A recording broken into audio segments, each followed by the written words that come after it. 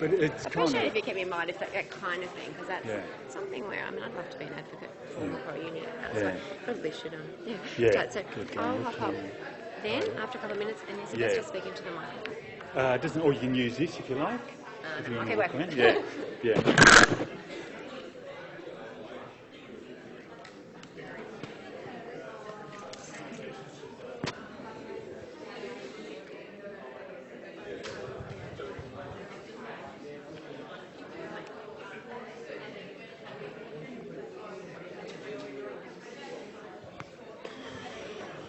Well, it's pretty chilly down here.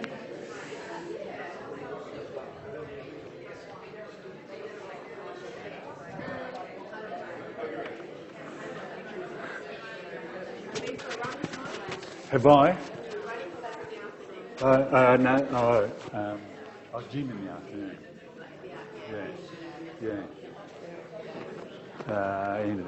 Yeah. 6 o'clock or something like that. Yeah.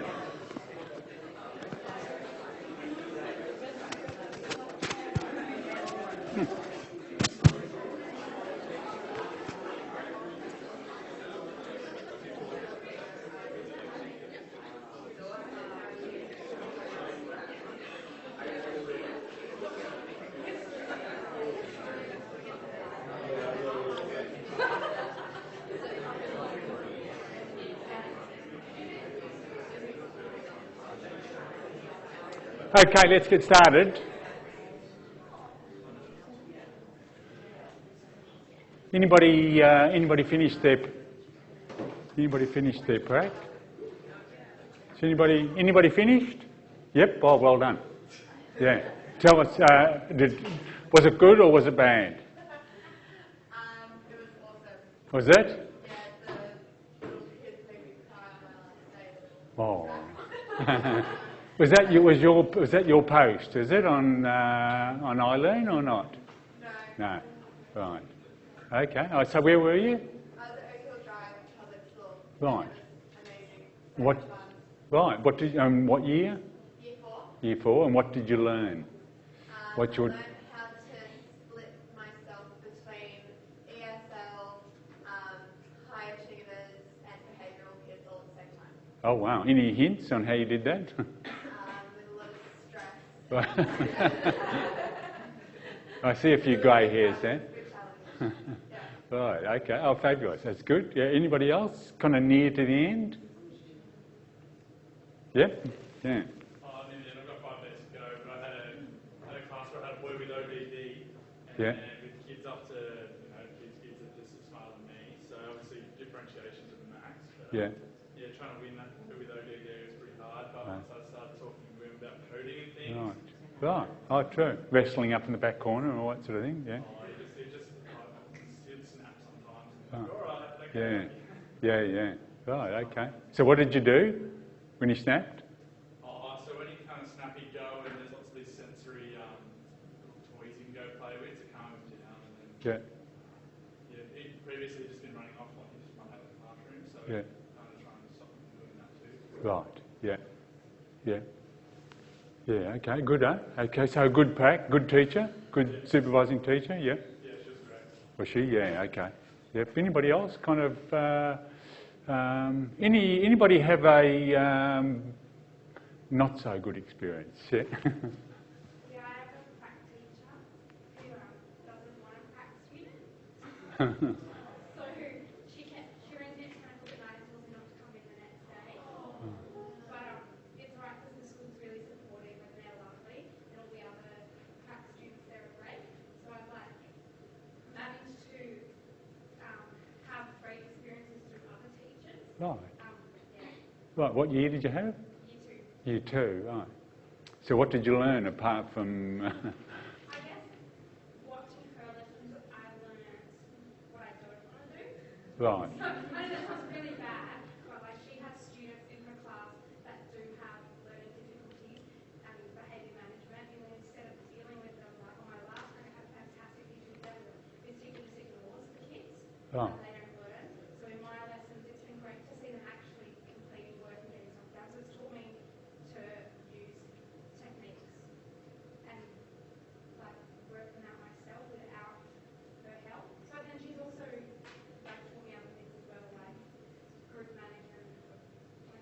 Right. So what sort of techniques did you learn? Yeah, just hope you can remember, yeah. Yeah. Yeah, anybody else? Yeah? I'm in a rural school Oh, where? in Young Hunter, Oh, yeah. and it's a very low socioeconomic area. Right. There's a lot of drug use and alcohol Yeah. for parents, and none of the kids want to be at school. Right, where's that? Cessnock or something, is it? Further up, yeah. Got 2 kids with Down syndrome, Right. and I would say 90% of the kids are learning below where they need to be. Yeah. I'm teaching a child alphabet, and I'm teaching 3, 4. Right.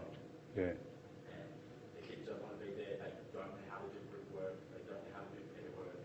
The Oh. teacher shouts and berates the kids. Right. Oh, wow. So they don't do anything. Just frustrated. All I do all day Yeah. long is try different behaviour management techniques and see what works. Right. Very little Right. working. Why are the kids, do you know why the kids don't want to be there? I don't know whether it's their parents aren't encouraging them to learn, Yeah. or the teacher I have just makes them feel like shit. Right. So Yeah. they get yelled and screamed at home. Yeah, yeah. And they come to school Yeah, and get yelled and screamed at. Yeah. Oh. So that philosophy of just why bother? Yeah. Yeah. Yeah. Same thing, yeah, sure. Because they come to school for a bit of safety and they don't get that. Yeah. Yeah. Yep. Yeah, any others? Tell us, what was your experience like? Mine's been good in comparison to my previous practice. Right, that's good. It's, All the teachers are so keen for the kids to learn something. They're really finger on the pulse. yeah. Right, it's just so they can hear you up the back. Am I speaking that quietly? Yeah, you are. All the teachers are collectively on the pulse with making sure the kids are all on board with what's going on and they're aware of being collaborative about Right, good. getting kids up to a standard. So Right, where are you? West Pymble. Right, West Pymble. Right. Oh, yeah. So it's been good, really good. Right, oh, fabulous. What year, sorry, what year? I've got third grade. Third grade. Right. But it's a class of gifted and talented Oh, kids, so, oh, okay, so stream class, is it? but they don't know their stream. Right, yeah, okay, apparently. right. So, yeah, it's been really good from the differentiation Right. perspective. So how did you handle that? How did you handle the content? Just kind of had to be, you know, kind of lots and lots of just going You had to through be lots of exceptionally conscious of the fact that you had the odd child that was below level Yeah. and many that were above, so you had to have 3 different levels worth of work, plus Oh. extra in case Oh. you had the really early, Right, what quick time did you finish. go to bed? About 2 o'clock each Did day. you? Oh, wow. Did you hear that? I just, yeah, just say, it's a gifted and talented class. So we're doing 3 lessons, having to plan 3 lessons in one kind of thing. I just said, what time did you have to go to bed? About 2 o'clock was the answer. So doing sort of, yeah, so you got 3 lessons in a day, which means 9 lessons in a way. Yeah, 'cause, Yeah. it was at least half a Yeah, day. yeah, yeah. It was good. Yeah. Really good. Yeah. Inspiring. Yeah, but a fabulous time it is. Yeah, yeah. Work your butt off at home, but a fabulous time in class. How did you differentiate there when you were talking about differentiation? How did you handle that? Probably maths. I think that was probably the kids operated out of work called Origo. It's like a program that's kind of pre-designed, so they just a lot of kids would work through that. They extension kids, I gave them Fermi questions like which is something like how long would it take for you to travel to Mars and back? They need to sit and figure out, like the time and that's just kind of big open-ended questions Right. which required problem solving and Right. things like that. Right. So different sets of questions. Yeah. Yeah. I guess they were doing multiplication for like 3 whole weeks, Right. but these problem solving questions which required in-depth understanding of multiplication. Right. Okay. Good, but good kids. Yeah, pretty good kids. Yeah. Okay. So make sure you won't get out on 404 until the paperwork's in. You know, same with 252 and 301 if you did those. So you will need to submit your supervising teacher's report, and your own evaluations and the register of visits. So, and they will need to be in the prac office. So as soon as you finish, and it's up to you. It's the prac office won't sign off on the 403 and until that paperwork's in. And even if you've asked your teacher to put that in, she says or he says, yes, I'll do it and send it in, it's your responsibility to make sure that it does come in. So, so you can't say, oh, the teacher hasn't put it in yet. So sometimes it's a pain in the butt. You have to get in the car and actually go and see the teacher. You've finished your prac, but you actually have to go back a week later and ask your teacher to give it to you. So try not to get to that stage. Okay, the assignment 2, feedback should be available Wednesday, maybe tomorrow, but most likely Wednesday. So that's available on iLearn. Okay, the first couple of weeks we were looking at interconnections, the ways in which we're connected with the rest of the world in 455, and in the really kind of with a focus on geography. And we just kind of also focused in the workshops on how much our programming looks at kind of the Western prospectus and how little the Western world kind of recognises continents like Africa, how little it recognises continents like Asia and so forth. And so we've tried to actually connect up our work to other places which we probably don't necessarily focus on in our teaching. And we're going to have another example of that. Susan, who's teaches on 455, I know and some of you have Susan Taylor, and she also works at Linfield as well, and she went to Timor last year, wasn't it? Yep, last year, and did some work there in Timor, and she's very kindly offered to come in and talk briefly about her time there and what it looks like, and you might think about how you might use a similar experience that you might have in going overseas, how you might actually use that experience with your kids. It's fabulous to actually to have that experience and to be able to talk about it yourself in the classroom. So over to you. Thank you very much, Susan. Thanks, Neil. So last August, I joined a group of volunteers with an NGO. WaterAid Australia was the charity that I joined, and I was part of a group of volunteers, and I had the role of the educational consultant. And we visited Timor-Leste, East Timor. So to give you a brief history of East Timor, it was originally colonised by the Portuguese, and then Indonesia came and took over, and by the time that occupation had finished, 1/3 of the population had lost their lives. So they've been through an enormous amount as a country, devastating times. But in August 2001, Timor-Leste became independent and the world's newest democracy. The main languages spoken in Timor-Leste are Teton, which is the native dialect, and Portuguese. So to give you a bit of an idea of the geography, they're very closely located to Australia. It only took us 1 hour on the plane ride from Darwin. And the country itself is in the shape of a crocodile, the island is, and the sun rises every day, and the Timorese people say that it rises from where the eye of the crocodile would be, and that gives them daily hope. So even though they're very close to us, our neighbour, they have a completely different way of living. It's a daily struggle for them to gain water. That's actually their biggest challenge. To gain clean drinking water is a challenge that takes about 3 hours. It falls to the role of the women and the children, and what they need to do is walk over really rough terrain to collect the water and come back. And we got to be part of that experience. We walked behind them, and it was tough. It was really like a jungle kind of terrain. We found it hard, and we had hiking boots. We weren't carrying anything. So it was really awe-inspiring to watch 6-year-olds scrambling up ahead of us in bare feet, balancing heavy buckets of water. So you can imagine that this has a direct flow on to education, because after they have that daily experience of collecting the water, they then need to walk alone, unsupervised, the children to school, and that is on average about an hour away, again, through rough terrain. So what tends to happen is that after a time they stop going to school. And it's the girls who are affected the most.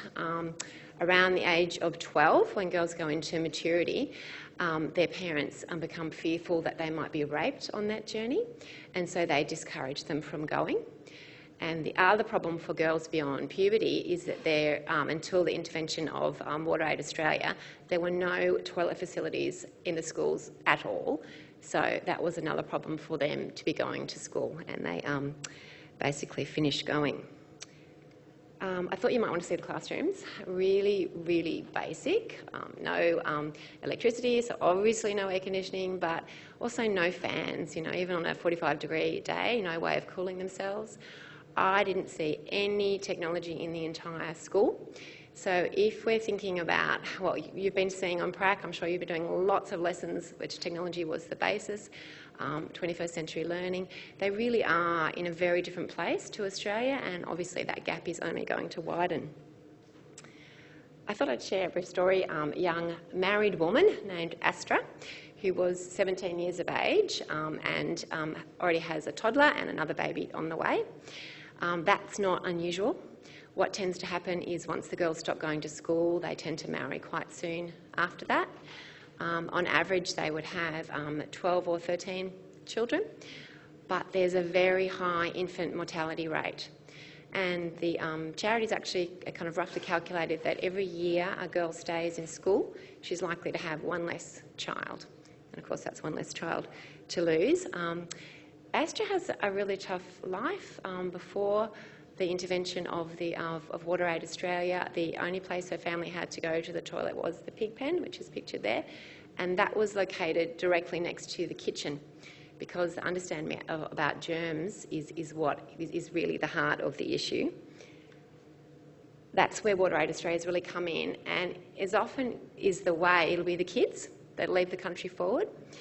They've installed hand washing stations, and they've now instilled the daily practice at school of washing their hands before recess and lunch. And then the children are coming home to the village and starting to talk to their parents and the other adults in the village about the need to wash your hands, because it's a message that needs constant reinforcement. Their mentality has tended to be, if you can't see it, it doesn't exist. So the idea about germs being dangerous has taken a while to come through, but you can see here that some visual aids are what's being used, a great way for teaching always to try to get that message reinforced, and it is starting to come through, so that's the exciting thing, and certainly a lot better sanitation is happening now. So I can say that visiting Timor-Leste has had a profound effect on my teaching, and as Neil said before, I'd encourage you, if you have an opportunity like this, to take it, because it does change the way that you think, I think personally, and also in terms of your teaching, and I think that it's something that you can bring back into your classroom. My favourite part, of course, was interacting with the kids. They were really shy at first, hiding behind their parents, but they did gradually come forward, and even though they didn't speak any English, and I don't speak either Teton or Portuguese, we were able to interact, and it was something that I won't forget. So I just conclude by telling you that last year a new CEO was appointed to WaterAid Australia, and her name is Rosie Whelan. Now, I was excited about that because she's now the 5th female CEO of this charity internationally, so I think we can see that as progress of another time. And I thought you might find it interesting to know that Rosie was originally a primary school teacher, and I found that really interesting to talk to her about her career transition. And so I guess we could take from it this, that we never know where the journey of education might take us. There we go. Oh, right, thank you, Dana.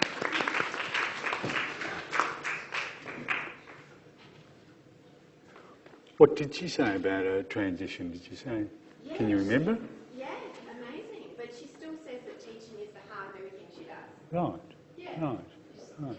Yeah, it is amazing, just in terms of teaching jobs, don't just be thinking of schools. You'd kind of go on to, I sort of go on to my Facebook and I see all these people who've left Macquarie. Someone's over at in Fremantle at in the theatre company there. He's got a job in education. Someone works with the Historical Houses Trust in New South Wales. Loads of people at various art galleries and whatnot around the country who have been through the system here. So there are lots of possibilities for teaching outside schools. So yeah, keep your eyes out there for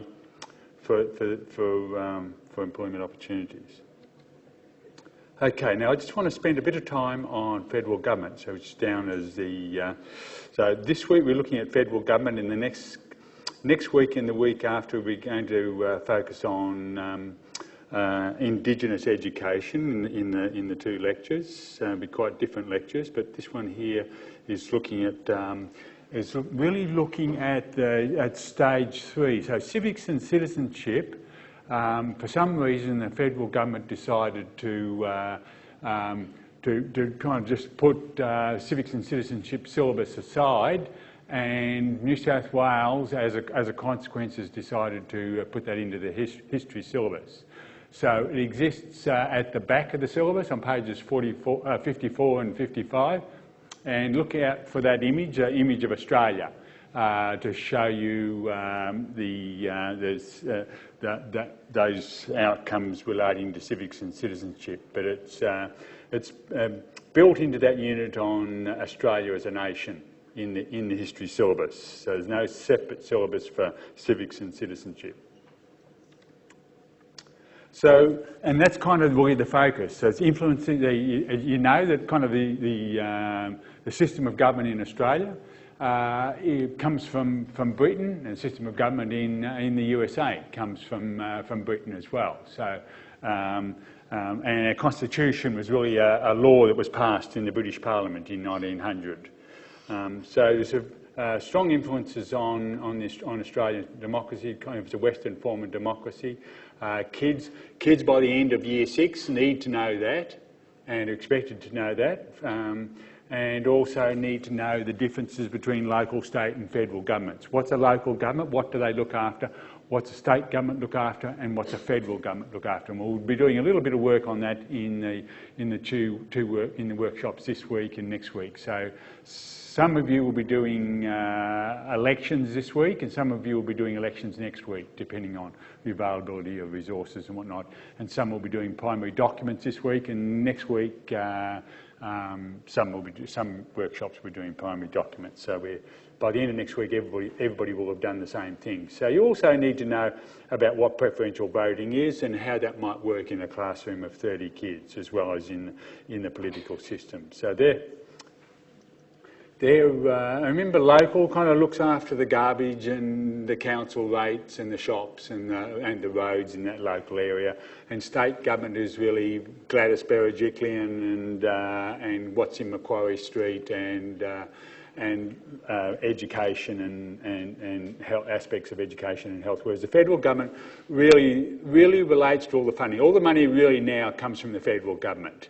And that money's passed on to the state governments, and most of it's tied. So the federal government tells the state governments how they're actually going to spend this money. Federal government also looks after things like the army and military service and defence and the taxation and the budget and so forth, which we just saw last week. So, as a bottom line, you do need, by the end of Year 6, kids are expected to know what the difference between the levels of government are.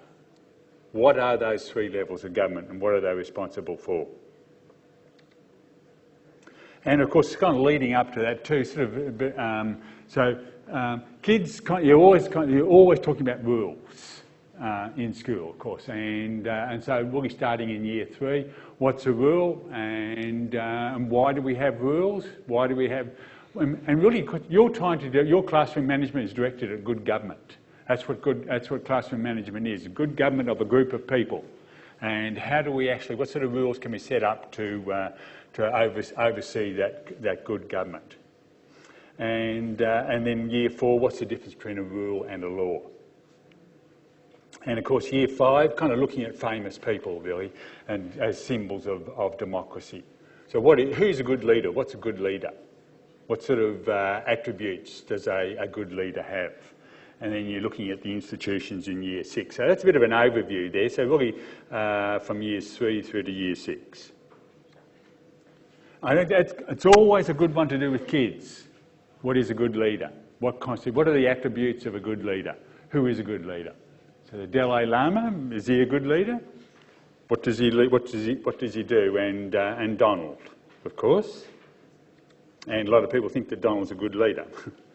So I just want to focus on this really. So for today, so there's the PowerPoint here is a lot. There's quite a bit there about federal and state governments and the role of federal government, and you can have a look at that in your own time. It's on iLearn, but I want to focus on this slide and the next one to get you thinking about what. There's been a huge change in politics over the last probably 5 years.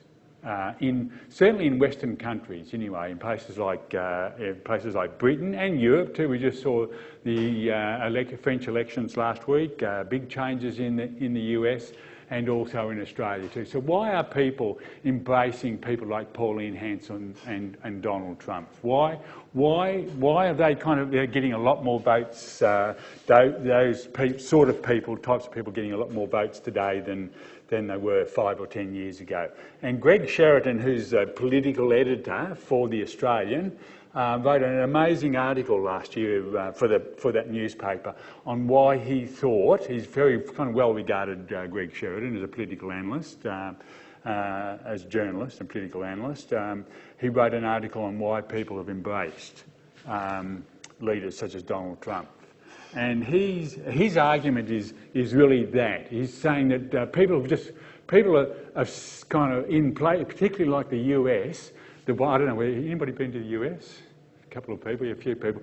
Wages are not so good in the US. They're pretty, so wages are much higher here at certain levels than they are in the US. So if you eat at a restaurant, that's why they have kind of tipping. People rely on the tips in the US because the wages for waiters in just everyday restaurants are so low compared with Australia that they depend on tips. So you do have to give a 10 or 15% tip, and if you don't, as a foreigner, if you don't give a tip in the US, they ask for it. They stop you at the door before you get out the door and say, "What about the tip? You need to give us a tip," because they just can't exist on such low wages. And Greg Sheridan saying people are sick of that. It's got to a stage where they're sick of living at that level that they're starting to embrace people like Donald Trump, who is saying, "Well, let's make America great again. Let's make this country great again."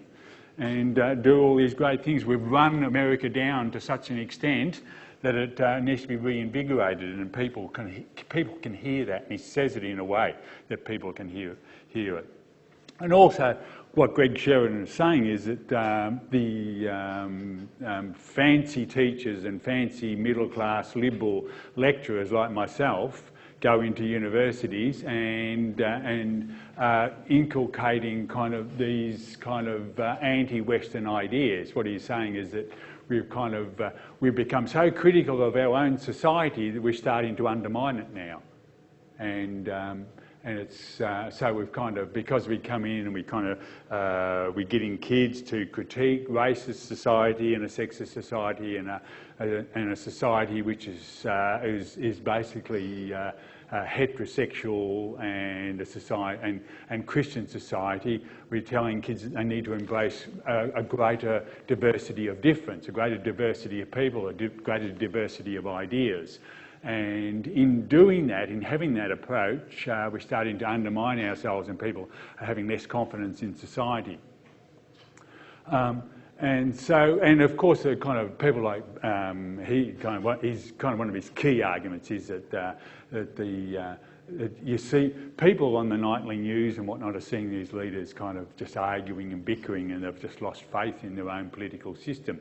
Of course, they only do that for about 5 minutes in there, so it's only question time. So you go into the Parliament in Canberra, and you sit down in the gallery, and there's question time, I think, from 1 to 2 each day.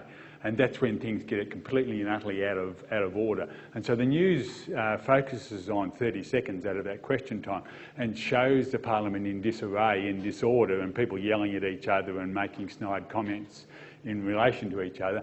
But there's probably is about 5 minutes of the day or 5 minutes of the week. Most of the time it's just very orderly conduct of business, but people don't see that because the media, I mean, who wants to see orderly conduct of business? People want to see politicians yelling and fighting and whatnot. And Greg Sheridan saying, well, people see images of that and they've lost faith in their own system. And they've also lost faith in their own system because they see people like Bill Gates lying his head off, all that stuff about Monica Lewinsky, and so I never had any sexual relations with that girl, all that sort of thing. And then it turned out it was a complete and utter lie, that he did have sexual relations with her. And the same with Nixon. It started with Watergate in the 60s, where President Nixon was impeached in the end because he just lied all the way through. People have lost faith in their own system, is what Greg Sheridan's saying. And also social media has kind of allowed people like me to be making all these kind of off-the-cuff comments. People always know when Q&A's on because they see me on Twitter on Monday night, proselytising about the world and about politicians and whatnot. That's what I'm doing on Twitter, and that's what everybody else does. They kind of say things on Facebook, and they kind of just kind of people whinging and complaining like I do on Monday nights about the politicians. And so we're just undermining ourselves. And it was a strong argument about why people have just got sick of what they've had in the past and they're looking for someone different. So Pauline Hanson comes along in Australia and sweeps all these people off their feet because she's offering something completely different. And what she's offering, David Marr wrote this quarterly essay. It's very, very kind of highly regarded journal in Australia, and it comes out 4 times a year. And the most recent edition of Quarterly Essay was called The White Queen. And David Marr, who's kind of another political analyst really, and writer, he's written a lot of books, very, very disciplined journalist. He wrote this piece on Pauline Hanson and why people have embraced her. And he's got this quote on page 3. And it's about, can you remember, what was it, 2 or 3 months? It was only 2 or 3 months ago when that guy jumped into his car in Melbourne and drove down the mall in Melbourne. Was it this year or last year? I can't remember. Anyway, it wasn't very long ago. I don't know what had happened to him, but he had a brain snap of some sort, and he drove down the mall and killed a lot of people. And Pauline Hanson was this year. Pauline Hanson was over at the WA elections, and she was on the hustings talking away to people when that happened, and that's his take on it. Aborigines are forgotten in Australia now. People aren't abusing Aboriginal people. People aren't abusing Asians. In this day and age, Hanson targets Muslims on the hustings in WA. She said, "I've just been told there's a terrorist attack." So she's standing there talking to people, and a minder comes in and whispers in her ear. And that's how she responded. "I've just been told there's a terrorist attack that's just happened in Melbourne. People don't look right. They're not going to assimilate in our society." This is how she responded. How they have different ideology, different beliefs. They don't abide by our laws, our culture, our way of life. Don't let them in. Make the country safe for its future generations. And Marr adds, the journalist adds the point, it was a Greek guy from a Greek Australian family was there, but people don't care about the truth. People who are voting there, so truth's kind of gone out the window. This is Greg Sheridan's point. People aren't looking for the truth anymore. People that was all undermined by the politicians, by Bill Clinton and whatnot, who kind of undermined the truth, according to Sheridan. And so when the bandwagon's going along, a lot of people are happy to jump on it. Mind you, we're certainly not talking about majorities here, we're talking about minorities here in terms of support for Pauline Hanson. So my question for you is, what's happening to our political system? Why have people embraced leaders like Donald Trump and Pauline Hanson? You know, and kind of, why is it that sort of, he's saying, he calls it race baiting, that Pauline Hanson's baiting people to actually get on board with this kind of anti-race stuff, you know, why do people jump on board? Why do some people jump on board? Are we becoming more intolerant? I would like you to spend 3 minutes turning to your colleague beside you, and I'd like you to try and answer that question. Why do you think people have embraced leaders like Donald Trump? Why has Donald Trump become... And he's becoming more and more popular, it would appear, from the polls. Okay, so 3 or 4 minutes to do that. Why are people embracing these new leaders?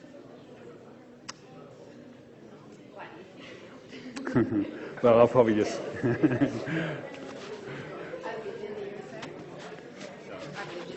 Yeah, I actually went to school there when I was a child, two different occasions. And so when that happened last year, I lived in Wisconsin and I lived in Pittsburgh. And when he was voted in, they were the states I was watching. And I just couldn't believe doing that, voting. No, I didn't. But then I have seen leaders saying with the low wages. This is the Northern Hemisphere.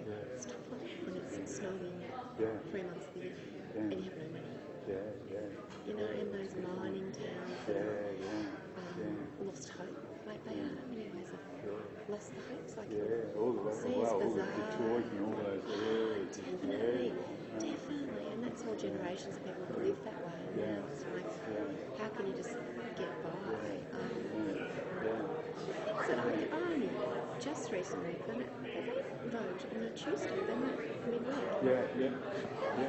It's just insane because how are you going to get most people into how professionals? It's just not compulsory, so all the kind of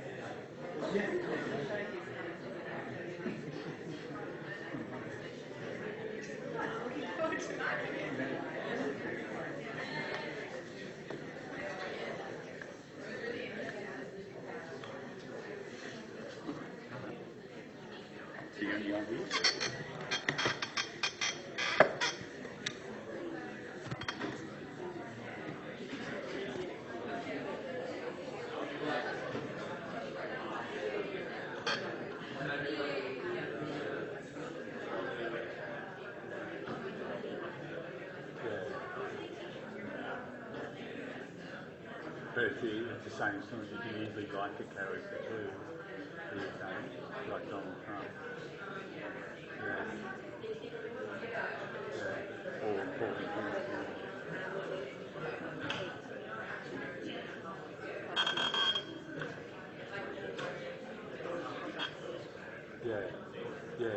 Easier for some people.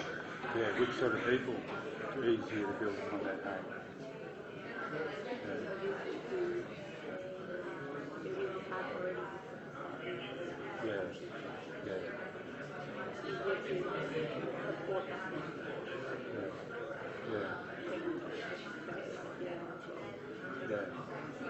Would you like to say that into the microphone? Just say a couple of things. You sure?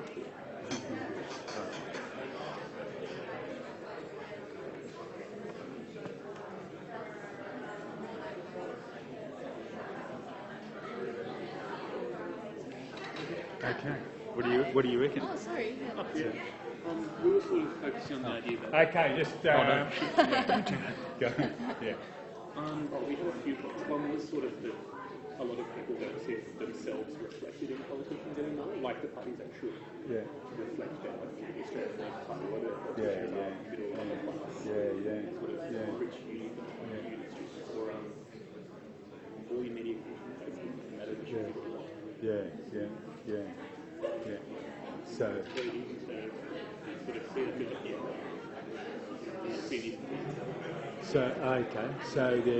so it's the people who see a gloss on life are voting for Pauline Hanson or Donald Trump or something. One of them. The message is simple, that they never see anything against their own members. Like I have a friend. It's like it's not right. I have a friend who's very staunch, who's supportive, and you discuss the same media you see on Facebook, and they won't see any because I don't know never seen any Could you say something like that into the microphone? All right. Okay. Just tuning in. Okay. One opinion on this. All right. The main point we discussed was sort of that a lot of people don't see themselves reflected in politicians. So, like, if you look at the Australian Labor Party, lots of their politicians have come from uni, and lots of sort of, like, especially with Trump, blue-collar workers don't see themselves reflected in politicians. And if you look at Facebook, people don't get opposing media views anymore. It's a feedback loop of what they want to read. Oh, okay. Good. Okay. Anything to add there? No, I definitely think that was what Daniel said was right. And I think also what Caitlin was saying was that there's always been that intolerance, but it's just moved to a different demographic or different people throughout the generations. Yeah. And it's got a platform, I guess, as well. Yeah, exactly. Like the platforms Hanson or Trump or something like that, or like Twitter. Technology. Yeah, definitely. Okay. Oh yeah. Okay. Yeah. So, But why? Okay, if that's the platform, why is social media giving them those people more of a platform than some middle class liberal academic like myself, for example? Why are we hearing the Hansonites rather than the Harrisonites? I think it's because they're so. It's so strange when you listen to them, and it's almost comical that people listen to them rather than the people who actually make sense. If that makes sense. Like it's like, oh, listen to what Pauline Hanson said. That's always going to be funny. Yeah, so let's go. Yeah, simpler message. Yeah. Okay. Whereas you hear this guy goes on and on about these things, and you think, oh, whatever. Yeah. And okay. There are also more people who have that view are also more fervent in getting that belief out, like because they feel like they're a minority, they really push it. Yeah, that's what David Marr says, that she has a really simple message, and that's what she's developed over the last 10 years, is a very simple message which communicates with people, whereas the other politicians have it's much more difficult for them to communicate. Yeah, build scale. You want to add in? What did you talk about? We looked at the have we abandoned reason and logic part of it, and we were saying that people sort of believe what they want to and kind of just based on what they have experienced and what they decide, rather than sort of going out and really checking their facts. Like you pointed out that when Pauline Hanson said, oh, we've just had a terrorist attack, people would take that on and then believe that and use that to inform what they think, but they wouldn't go and check, oh, actually it wasn't, and then change their opinion. They just get fed lots of stuff from all different platforms and use that to inform what they're thinking. So they have a form of reason and logic, but it's not checked. It's sort of a form of good. Okay, great. Anybody else there that come up with something a little bit different? You did. Far away. We just talked about how he's been using fear. Trump has been using fear a lot, and that's what he's using race baiting. Mexicans and that kind of thing. Yeah. And with advances and stuff like Twitter and Facebook, where he can talk like that and he can be controversial and draw in that audience, it all of a sudden makes politics more interesting for the younger generation. Right. People try to explain. He just Yes. makes a comment. Yeah. Yes. And you see the other politicians he's fighting, and they weren't as active on those, on those online platforms. Right. They were just active at the talks and stuff like that. In front of the camera or Yeah. something. Yeah. Did you have something? Yeah. I think also what you were saying about the fear is that people want a scapegoat. They want someone to blame so they can box them out and not have to worry about them, blame the refugees and stick them on Manus Island, blame the Mexicans and try and build a wall around them. People just want to box these people out so they can feel safe again in their little bubble, and they don't see themselves as being racist. They see themselves as using their survivor instinct, using that fear and trying to protect themselves. Yeah, that's a good point. Yeah, but it's isn't it just exactly? We do that every day. Everybody does that every day. Why did my bloody partner leave the top off the toothpaste or something like that? It was just it's just a scapegoating. When we all do that in a sense, yeah, it does play into it. Yeah, it's a really good point, I think. Anything else that come up there? Yeah, Nicholas. Yeah, probably money. Money always gets people worried as well, because the wages in the US are terrible. Companies can hold people to ransom because they can shut down stores just to break a strike and threaten the strikers with their colleagues. So, and plus, when people hear money, people respond well to that, and it's something that people are going to respond to. And if he's promising good wages, they'll come in. And a lot of politicians have promised it before in the US, but whatever they keep on promising them, people will keep on listening. So. Yeah, for sure. And unions, when I was going to uni, I think about 80% of people were in the union, in any union, whereas now, I was reading it last week, there's something like 25% or something of the Australian population, of the working population unionised. So it's dropped that much. I'm not sure whether that makes an effect on wages, but it's obviously something going on. And did you talk about anything? No. Nothing? I saw your mouth moving before. Did you talk about, what did you talk about? It was pretty much everything that people have said, especially behind us. Right, okay. Nothing to add? No. Okay. And Lucky last? We just found that there was lots of students in our classes that seemed to be having a strong opinion about Trump and things, but I think it was just what their parents had told them, so it was wasn't going to go anywhere. But I think Sean was saying that a question like this would have worked really well in his class because his kids are really politically informed, whereas kids in my class probably would have just said, yeah, whatever, let's talk about footy or soccer or something and move on. Yeah, okay, good. And almost lucky last year. What were you talking about? I was going to say, the reason that people like Trump and Hanson is because they represent the every person. So they sort of have that perspective that everybody's subconsciously probably thinking but not willing to say out loud, at least on some level. Right, so it's actually reflecting the wider society, yeah. That's a good point. So obviously got the finger on the pulse, yeah. Fish and chip shop girl. Yeah, okay, yep, good point.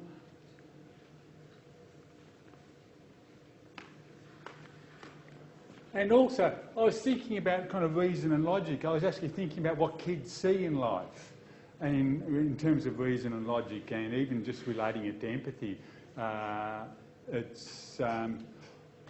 In some ways, I think it's very hard to actually tell kids that they have to see things in terms of reason, or life is logical, when they see so much of life being illogical. They look at people like Donald Trump and Pauline Hanson. There's nothing logical about her response, and yet she gets away with it. There's nothing logical about building the wall to keep the Mexicans out, because so much of industry in the south of the USA depends on Mexican labour. Mexicans coming in and picking in the orchards and all that sort of thing like they do in Australia.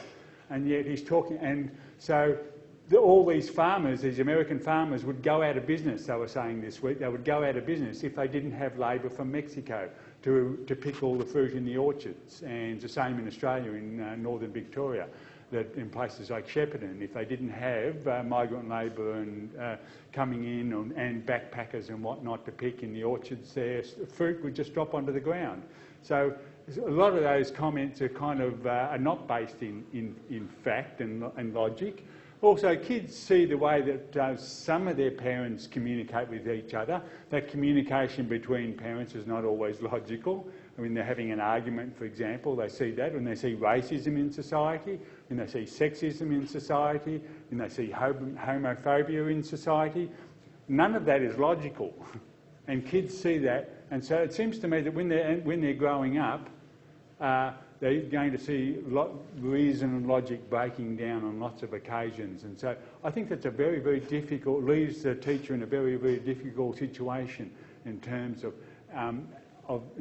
what sort of resources they can use to convince kids that they should do it this way or that way, or they should be logical and reasonable themselves when they see so much of society not being reasonable. So they just grab at something, they jump on the bandwagon, as someone said. It's just something to think about. So I'm just kind of going to finish there, but I want you to have a look at this. In terms of the Constitution, we had a quick look at it in one of the lectures in 252, something very similar. But so we've got this Constitution at the top of the Australian government. That's what it's all about, is the Constitution. And the Constitution sets up these legislative power, executive power and judicial power. Judicial power being the courts, executive power being the Prime Minister and the Treasurer and a couple of other people, and the legislative power being the Parliament. And just have a look at this, and there's just some fairly simple ideas that you need to convey to your kids out of the syllabus, out of the history syllabus, Stage 3 Australia as a nation. So today's conversation, I would kind of have a good, not saying too much here, but I would have a good think about that conversation we just had in this lecture theatre, and think about it carefully. Okay. Thank you.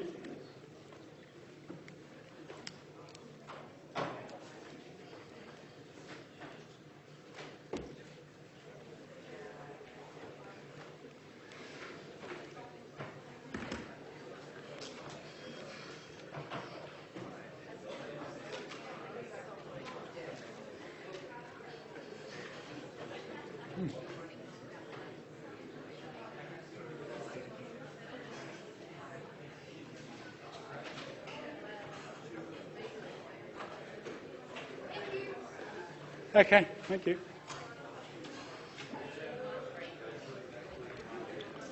Right, thank you very much. That's great. Yeah, they said,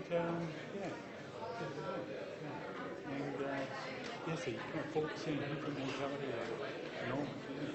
They introduced themselves. We had to give these sort of speeches. I'm Susan, I'm a teacher. I have one daughter, one son, I'm son. And then they always introduce themselves, but it's like, I have 3 of them died. I had 14 children, but 7 have died. And when I said I had 2 children, it's almost like they're waiting for me to say who's died. It's anyone who says how many people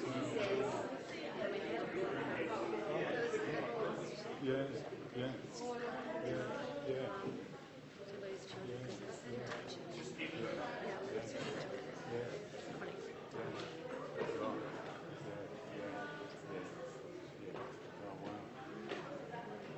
So when you want to do that, what's the point of saying that I've had 2 kids die and 2 kids die? And different theory of health too, by the sounds of it, so they don't necessarily get that recognition.